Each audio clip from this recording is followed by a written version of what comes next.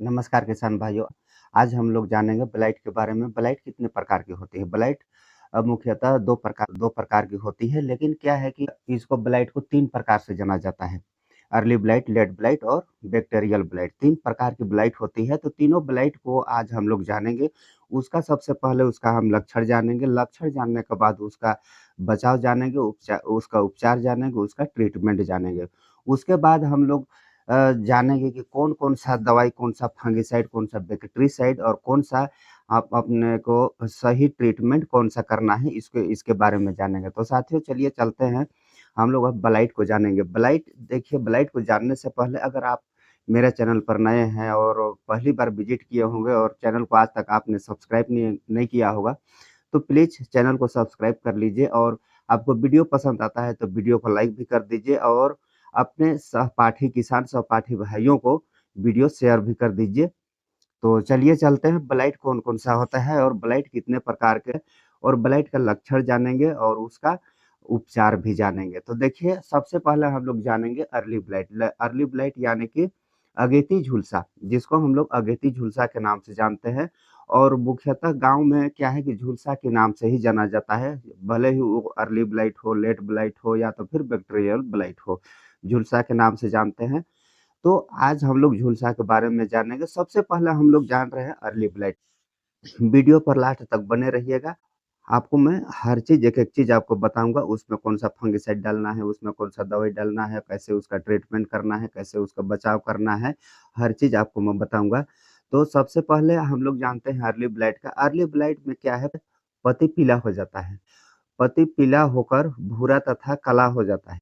पत्ती पीला होकर पत्ती पीला हो जाएगा, उसके बाद देख देख रहे हैं फ़ोटो पर जिस प्रकार से अंदर पर आपको दिख रहा होगा भूरा कलर या तो फिर वहाँ पर काला कलर आप दिख रहा होगा। तो पत्ती पर भी या तो फिर तना पर भी देखेंगे, वो क्या है एक बीच में छोटा-सा गोला आपको दिखेगा, उसमें काला कलर ये दिख सकता है या तो फिर भूरा कलर दिख सकता है।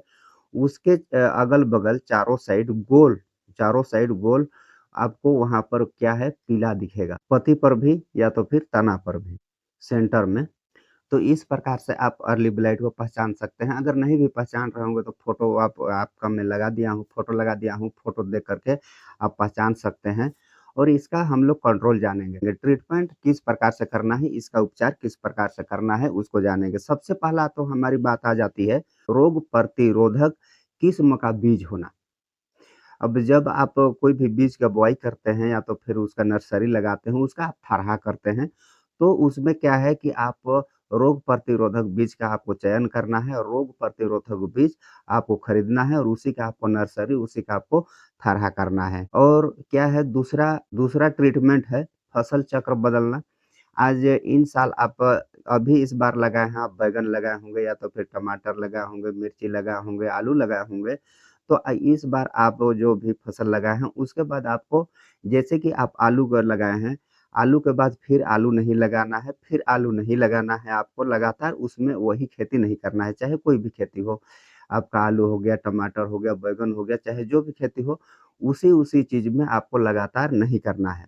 वो अगर आप लगातार करते हैं तो उसमें का जो है, जो उसमें का जीवाणु है, जो बैक्टीरिया है वो वहीं का वहीं रह जाता है, फिर वहीं से वो पनपने लगता है।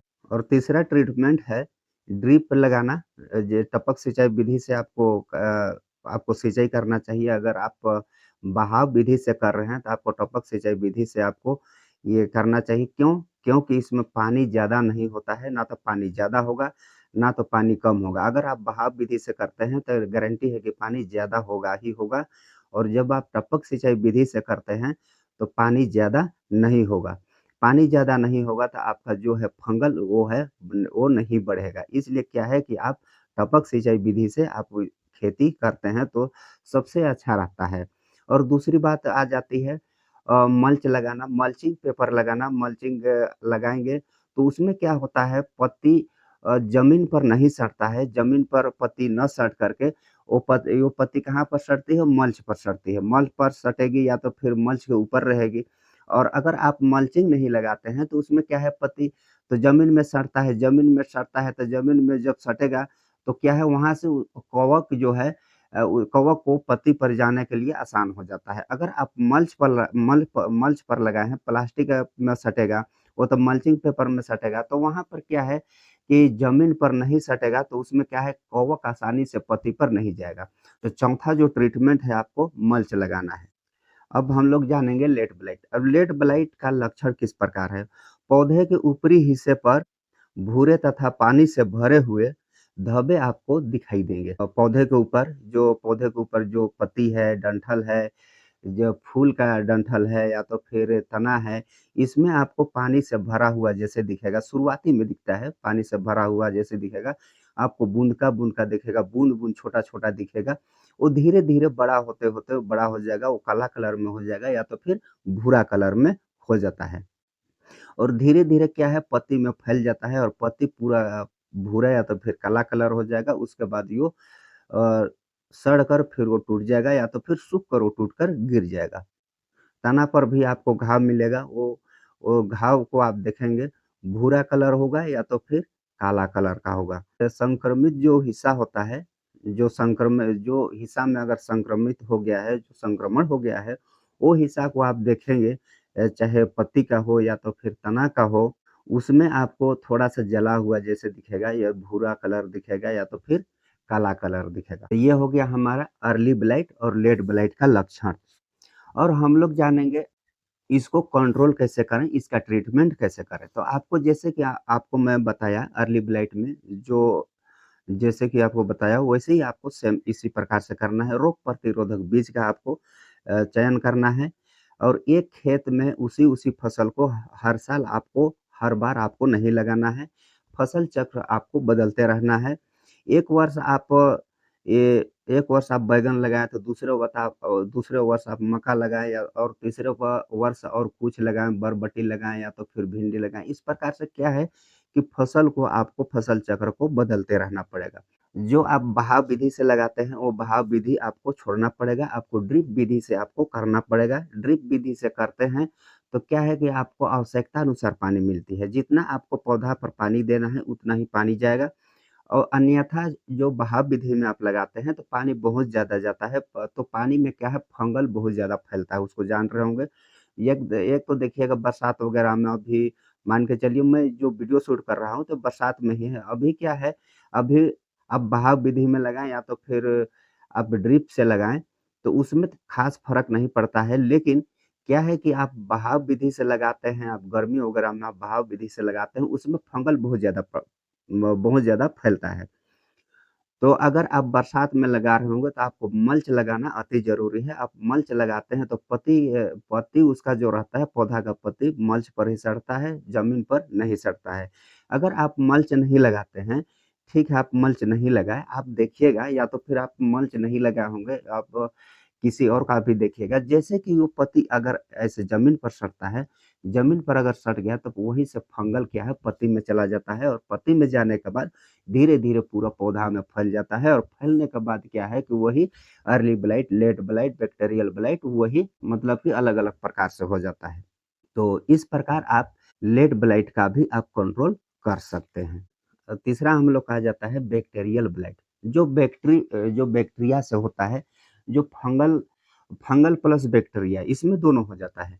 तो आपको क्या है कि इसमें आपको मैं बताने जा रहा हूँ, इसका लक्षण किस प्रकार से होगा। पानी से भरे हुए धब्बे आपको दिखाई दे सकते हैं। हल्का हरा प्रभामंडल आपको दिखाई दे सकता है। पत्तियों का गिरना ये हो सकता है। तनों पर घाव हो सकता है। फलों पर धब्बे हो सकते हैं।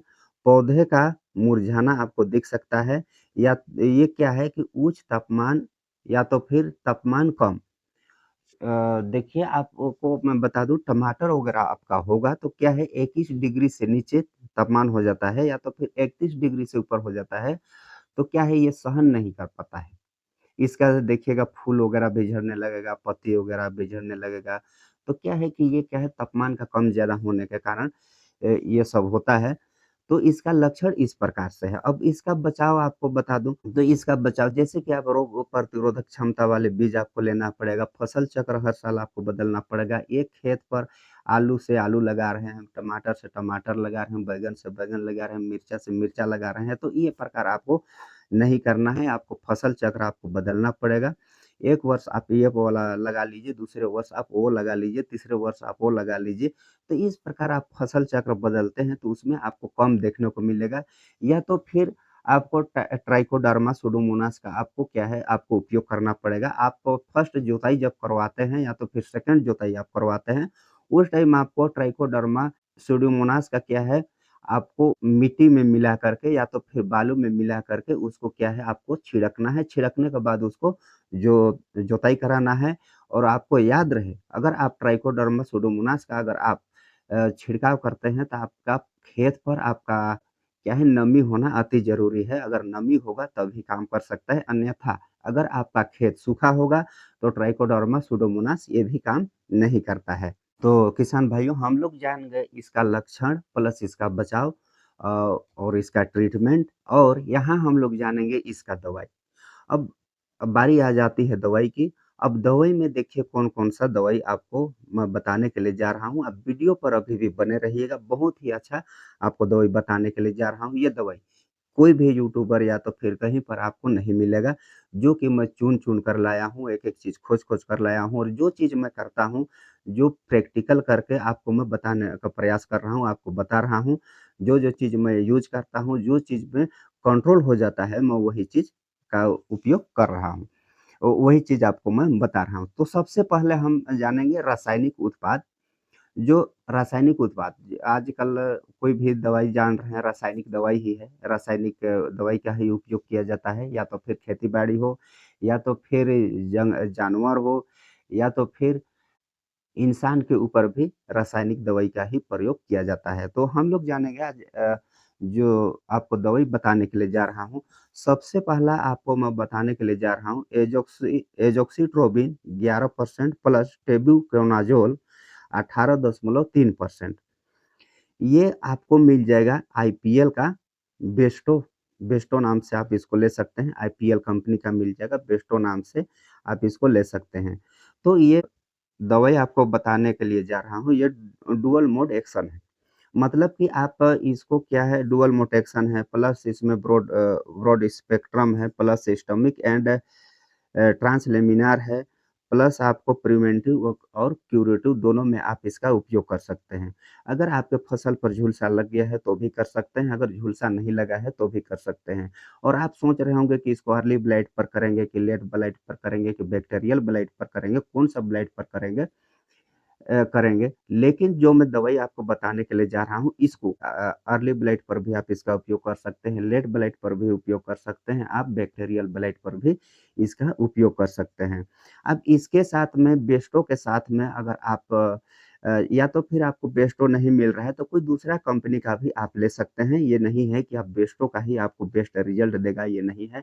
आप सिजेंटा वगैरह का ले सकते हैं, बीएसएफ वगैरह का ले सकते हैं, या तो फिर आप बायर वगैरह का भी ले सकते हैं, जो जिसमें एज़ोक्सिट्रोबिन हो 11% प्लस टेबुकोनाज़ोल 18.3%। अब ये तो ले लिए, इसके साथ में आपको लेना है, अगर आपका फसल पर क्या पता अर्ली ब्लाइट है या तो फिर लेट ब्लाइट है, या क्या पता आपका फसल पर बैक्टीरियल ब्लाइट है। अगर आप इसको पहचान गए तब तो सही है, आपका जो तीर चलाए वो तीर सही जगह पर लग गया। अगर आप नहीं पहचाने तो क्या है, जो तीर लगाए वो सही जगह पर नहीं लगेगा। इसके लिए आपको क्या है, एक बैक्टीरिसाइड भी लेना है। कोई भी बैक्टीरिसाइड आप ले सकते हैं, प्लांटोमाइसिन ले सकते हैं या तो फिर कासुगामाइसिन आप ले सकते हैं। इसके साथ में आप लेकर के आप इसका छिड़काव कर सकते हैं। और दूसरा आपको मैं बताने के लिए जा रहा हूँ, मेटाला मेटालेक्सिल 3.3% प्लस क्लोरोथेलोनिल 33.11%।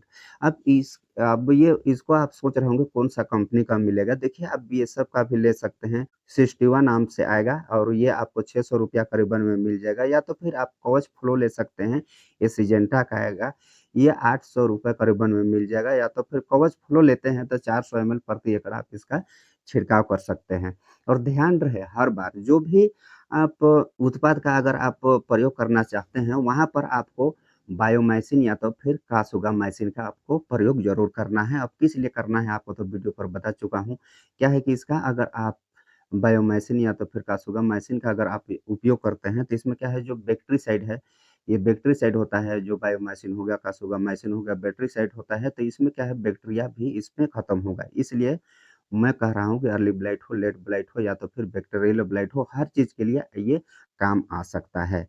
और तीसरा जो आपको मैं बताने के लिए जा रहा हूँ, ये है मेटेराम 55% प्लस पैराक्लोस्ट्रोबिन 5% डब्ल्यूजी फार्म में आता है और ये आपको कार्बोटॉप 600 ग्राम प्रति एकड़ आप इसको उपयोग कर सकते हैं और करीबन ये 5 से 600 रुपए में आपको मिल जाएगा और इसमें भी कासुगामाइसिन या तो फिर प्लांटोमाइसिन कोई भी बैक्टीरियासाइड का आपको करना है या तो फिर आपको जो भी मिलता है कासुगामाइसिन मिल जाता है या तो फिर प्लांटोमाइसिन मिल जाता है, दोनों में कोई एक को आप मेटिराम 55% प्लस पैराक्लोस्ट्रोबिन 5% में इसको मिला करके आपको छिड़काव करना है।